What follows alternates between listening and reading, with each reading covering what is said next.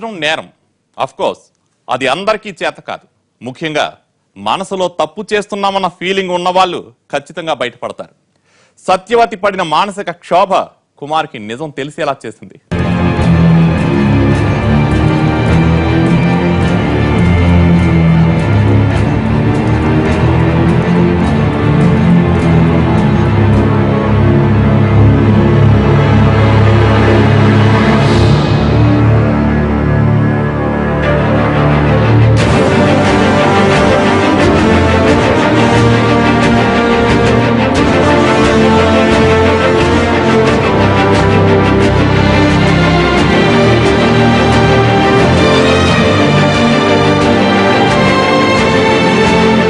రోజు లేటుగా వస్తానని చెప్పిన కుమార్ పని వేగంగా పూర్తవడంతో త్వరగా బయలుదేరాడు.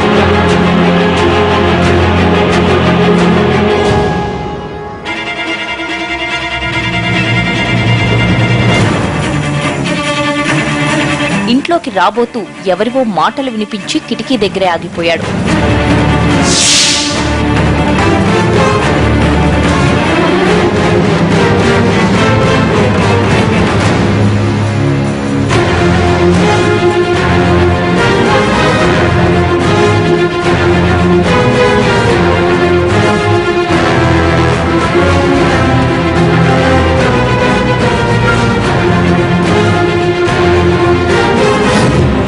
కుమార్ని చూసి వాళ్ళిద్దరూ గజగజ వణికిపోయారు.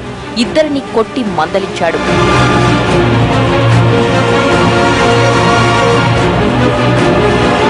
మళ్లీ నా కంటికి కనిపించావంటే జాగ్రత్త అంటూ సునీల్ కు వార్నింగ్ ఇచ్చాడు.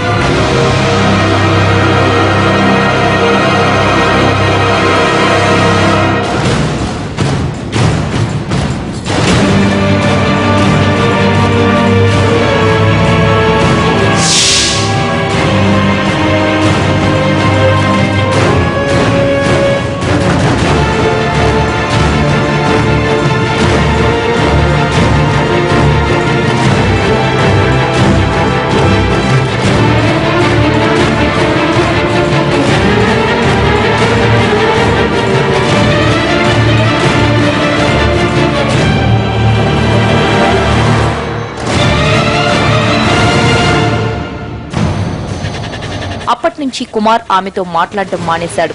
తీవ్రంగా ఆలోచించాడు. కొట్లాటలతో కాపురాన్ని కూల్చుకోవడం కంటే భార్యకు సర్ది చెప్పుకుని రాజీ పడటం మంచిదనుకున్నాడు.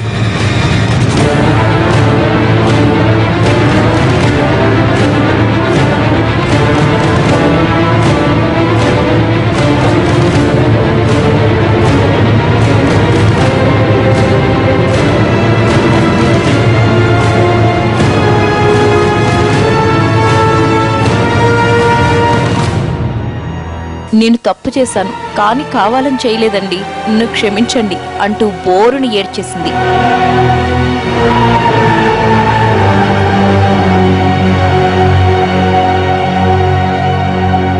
పిచ్చిదానా, ఇంకోసారి ఇలాంటి పిచ్చి పనులు చెయ్యకు అంటూ ఆమెను ఓదార్చాడు.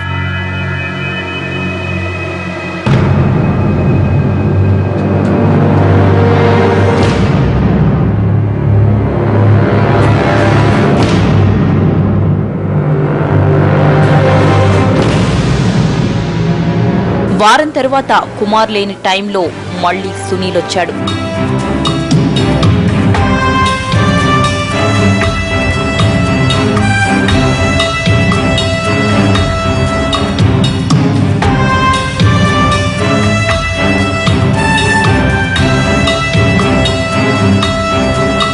సత్యవతి భయంగా మా ఆయన నన్ను క్షమించుదిలేశాడు, మా కాపురంలో చిచ్చు పెట్టకు, దయచేసి వెళ్ళిపో అని బతిమలాడింది.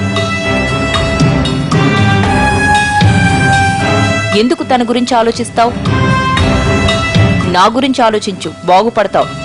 వాణ్ణొదిలేయి, నిన్ను నేను పెళ్లి చేసుకుంటా, పువ్వుల్లో కాదు బంగారంలో పెట్టి చూసుకుంటా అంటూ మాయమాటలు చెప్పాడు.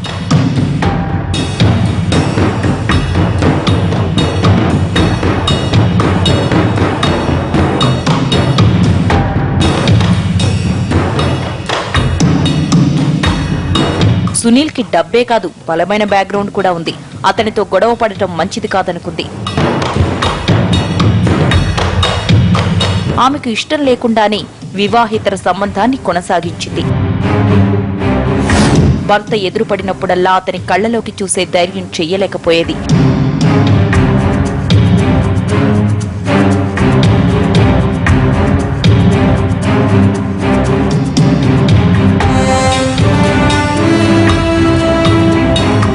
ప్రియుణ్ణి వదిలించుకోలేక, భర్తను మోసం చేయలేక సత్యవతి నరకం చూసింది. ఒక తీవ్రమైన నిర్ణయం తీసుకుంది.